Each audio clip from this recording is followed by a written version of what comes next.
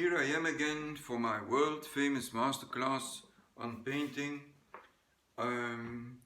Today I will talk about a painting by the Chinese painter Zang Xiao Xia. Zhang is his surname, Xiao Xia is his first name. I think it's possible to read this painting from the point of view of traditional Chinese painting and from the point of view of the painting we just saw by Walter Swennen.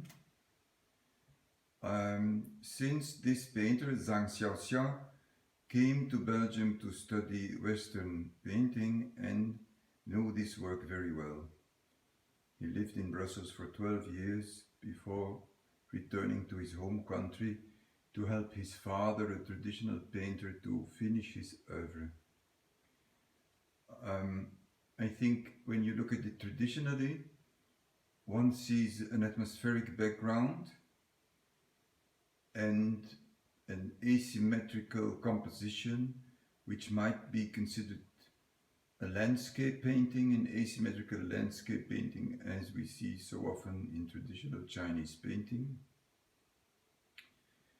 And the relationship with Swennen might be that the purple gradient behaves as a background and the green additions come to the fore. They also do this because their texture is completely different from the background. If you look at it more closely, they are very thickly applied in very bold brush strokes with a big brush. The gradient in itself is created by simply 3 brush strokes, which we can see here at the side of the painting. So 3 brush strokes, maybe mixing the purple paint with the white ground layer still wet, but it's almost not visible. Create a background for 2 green thickly applied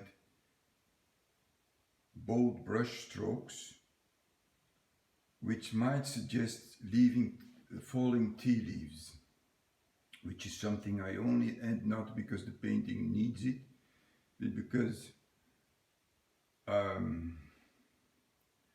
Xiao Xia himself introduced me to a story by Lu Xun, a Chinese writer, who evokes the legend of the Emperor Chen Nong inventing tea during an afternoon nap.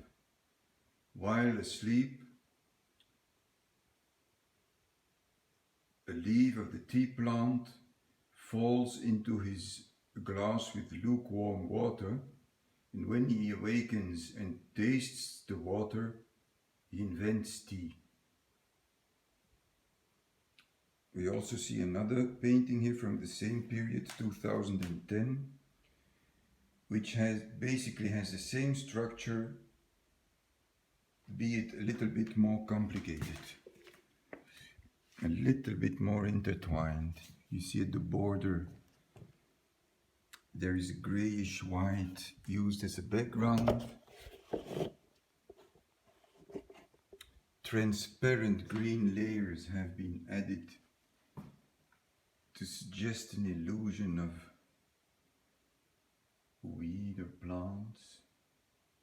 And then he has scratched in the background, in the purple and the white background, when it was still wet, to create this illusion of reeds. The painter loves grass. He cultivates grass at his home. He loves to give a lot of fertilizer to weeds to make them bigger and more beautiful.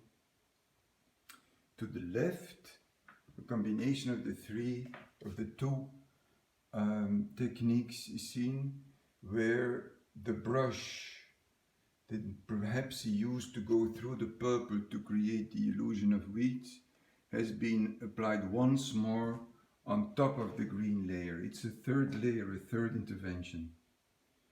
that pushes the green part to the left a little bit to the back, creating an illusion of depth.